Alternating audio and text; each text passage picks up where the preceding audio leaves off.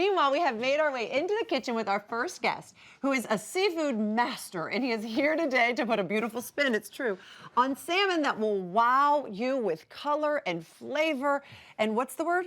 Herbaceousness. Herbaceousness, right? yeah, there we go. Welcome back, our good friend, Chef David LeFevre. Welcome back, David. Thanks for having me. We are so excited about this. Thank you. He's like an artiste. Yeah. I said it and I say it in the break, but it's true. Every time you're here, we're all just so blown away at not how just amazing the food tastes, but also the way that you present it to everyone. Well, it's got to look beautiful to the guest, first things first. It's a reflection of the chef. Oh, so I don't even have to tell Cameron to start digging in, or Larissa or LZ, because they are into it already.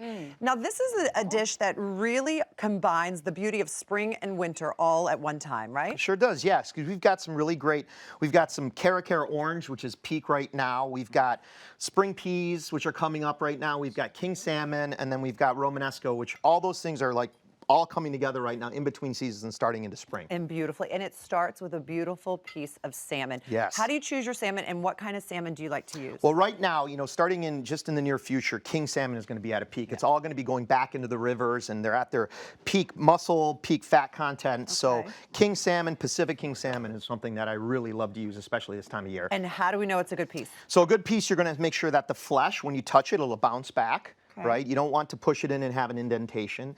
You want the gills to be nice and bright red, right? The eyes should be clear.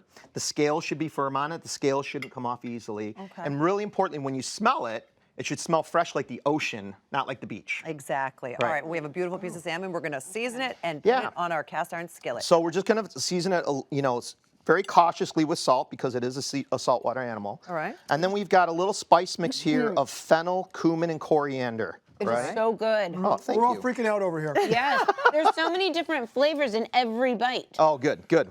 And so next thing we're just gonna hit a little bit of oil in our pan, right? And we have a little grill over here.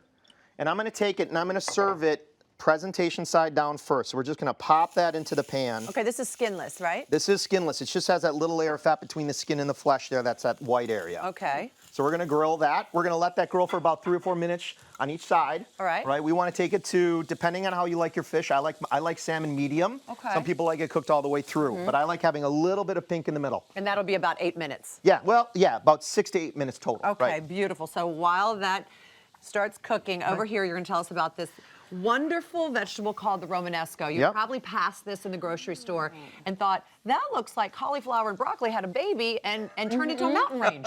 Yeah. Look at these peaks. So Romanesco, right, cruciferous plant, right? And it's basically, it's like you take cauliflower and broccoli. It's a mix of that. It's got a beautiful, beautiful spiral to it. The flavor has that kind of crunch that you get from cauliflower, but it's got a little bit more herby, a little sweeter flavor like broccoli. And a tiny little, like, just a tiny hint of fennel. Almost, yes, yeah, right? yeah, little tiny, like that. It's really good. So instead of using cauliflower rice, which I know is very popular now, it has a good publicist, you're using Romanesco rice. Yeah, so we take the Romanesco, we put it in a food processor, and we just pulse it, right? And we pulse it so it takes on the shape of like rice or a little couscous. Okay. Do you take the little peaks and cut them first? And yeah, then you put just them break in them up and put it in there to get it as small as you can before you pulse it. They're right? so pretty. Yeah, it's beautiful. And then you pour hot water over them, let it cool, and then strain that water off. Okay. And then we've mixed into it, we have spring peas, we have orange juice, lime juice, olive oil, some roasted Marcona almonds, and a little bit of mint. My and gosh. of course, a little bit of salt. I wish you could smell this. This smells so phenomenal. And we just want to fold that in.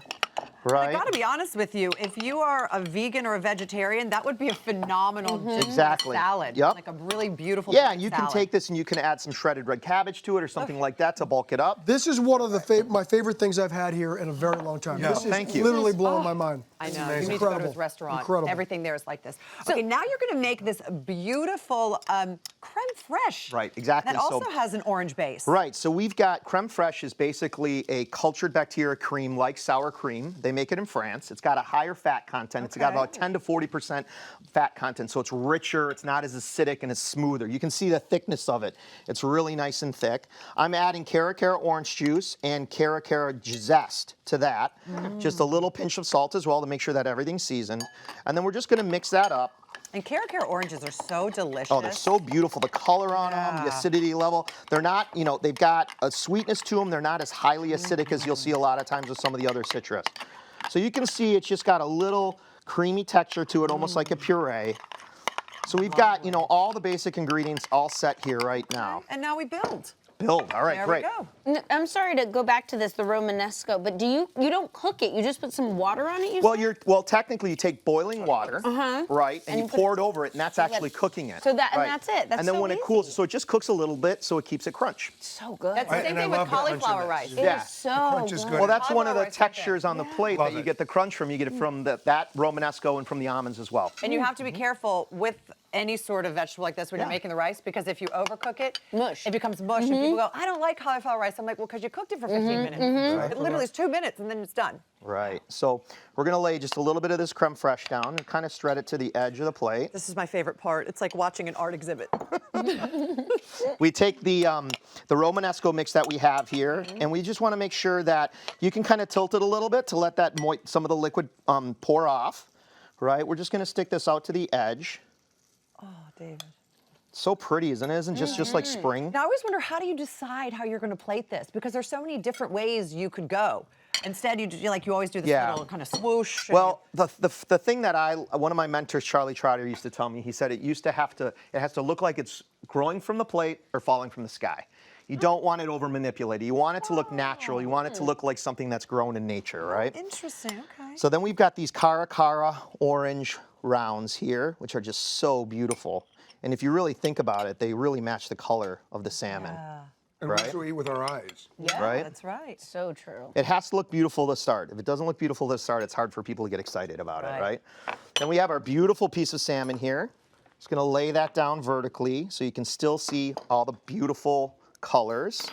Okay. All right, and then we've got a little gremolata here that's made out of olive oil, chili flake, garlic, mint, parsley, and we're just gonna put that on top and let that drizzle over the salmon. And that's gonna give it a little bit of bite, some more herbs, some more herbaceousness. You can even put a little bit out on the side here. Look at that beautiful chili kind of oil color. I don't want this segment to ever end. It's not gonna. We don't have to. I want this segment to go on. And then just some on. simple So little good. beautiful mint plushes that we have.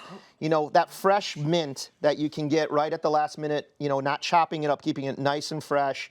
That's what's going to keep that nice minty flavor. It literally looks like a picture in a cookbook. Right? Am I wrong? I have to tell you, you got to ruin that picture right here, know, right now. I know. It's time to eat it. I didn't like it at all, I don't know Chef. if I've ever seen Oh, my Cameron goodness. finish You that. hated it. I can't even And tell you. Cameron has This never is so said good. that either. This is literally so good. wanna taste? Enjoy it, Deb. Thank you so much, Chef. As always, this you, guys. amazing recipe will be at hallmarkchannel.com. Deb, you gonna be okay? Heaven. This definitely fell from the sky.